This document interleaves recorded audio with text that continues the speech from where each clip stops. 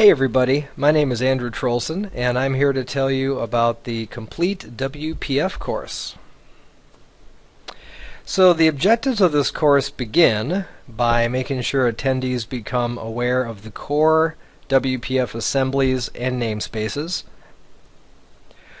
We'll be talking right away about the syntax and semantics of XAML, which is a declarative way to describe the state of a .NET object. It's used primarily for user interface descriptions, but it can actually be used to describe any .NET object.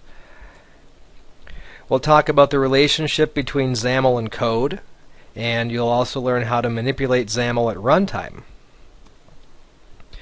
We'll talk about the WPF control content model, which provides a very easy way to begin to stylize your components.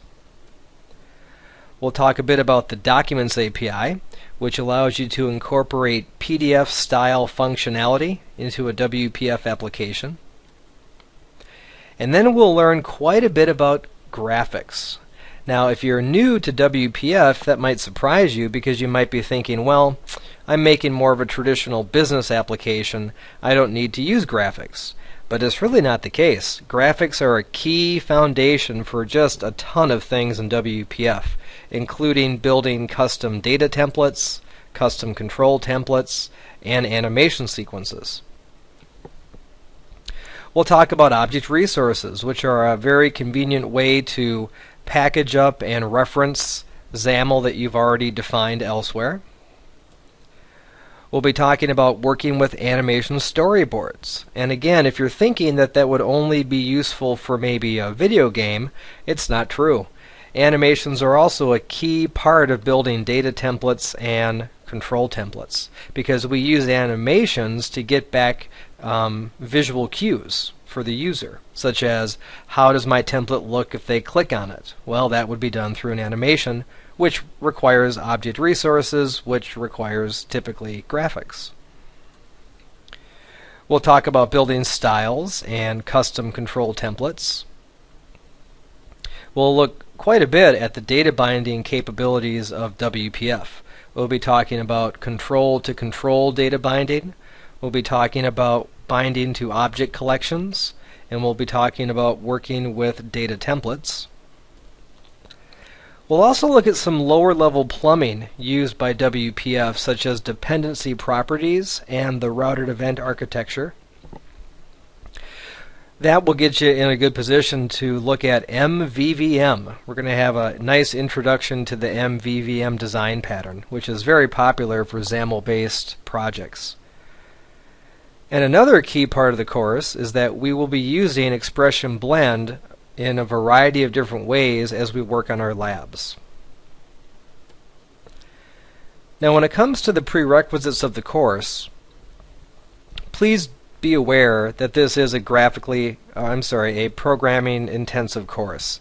So, although we have had graphical artists come through the course before, there will be quite a bit of code. We expect that you're already comfortable with C# or Visual Basic. We expect that you're comfortable with the basic .NET programming techniques, such as what an XML configuration file does, and we assume that you're comfortable working with Visual Studio. As you go through the class, you'll find that it's a pretty good blend of lecture, interactive demo, that's where a lot of the blend coverage will be found, and also working with lab time, where you get a chance to try all these techniques out firsthand. And we certainly provide all the lab solutions for you for backup. Here's a breakdown of the actual course content. So in Chapter 1 again, that's where we're going to learn about the core namespaces and the syntax of XAML. One of the labs in that chapter is pretty fun. You basically build your own interactive XAML parser, so you can type in markup and dynamically see it render on top of your window. We'll talk about the control content model, as well as a bunch of other techniques such as the command architecture. That's in Chapter 2. Chapter 3, that was that Documents API, which is sort of Microsoft's equivalent to an Adobe PDF style document. We'll also be talking about interactive vector graphics. And then the next several chapters kind of all build on that. We'll be talking about object resources, we'll be talking about styles and animations. And then Chapter 8 kind of wraps that whole module up with, from Chapter 4 to Chapter 8, everything just kind of keeps building on each other. So in Chapter 8, we'll be talking about templates and user controls. As mentioned then, we're going to wrap up the week with a pretty in-depth discussion on data binding, as well as the MVVM design pattern. Now when it comes to the setup environment that you'll need to attend the class, it's actually not too bad. We just have to have a copy of Visual Studio 2010, and then we'll also be using Expression Blend 4. So that's a really quick overview as to what you can look forward to having in the complete WPF class. Hope to see you there.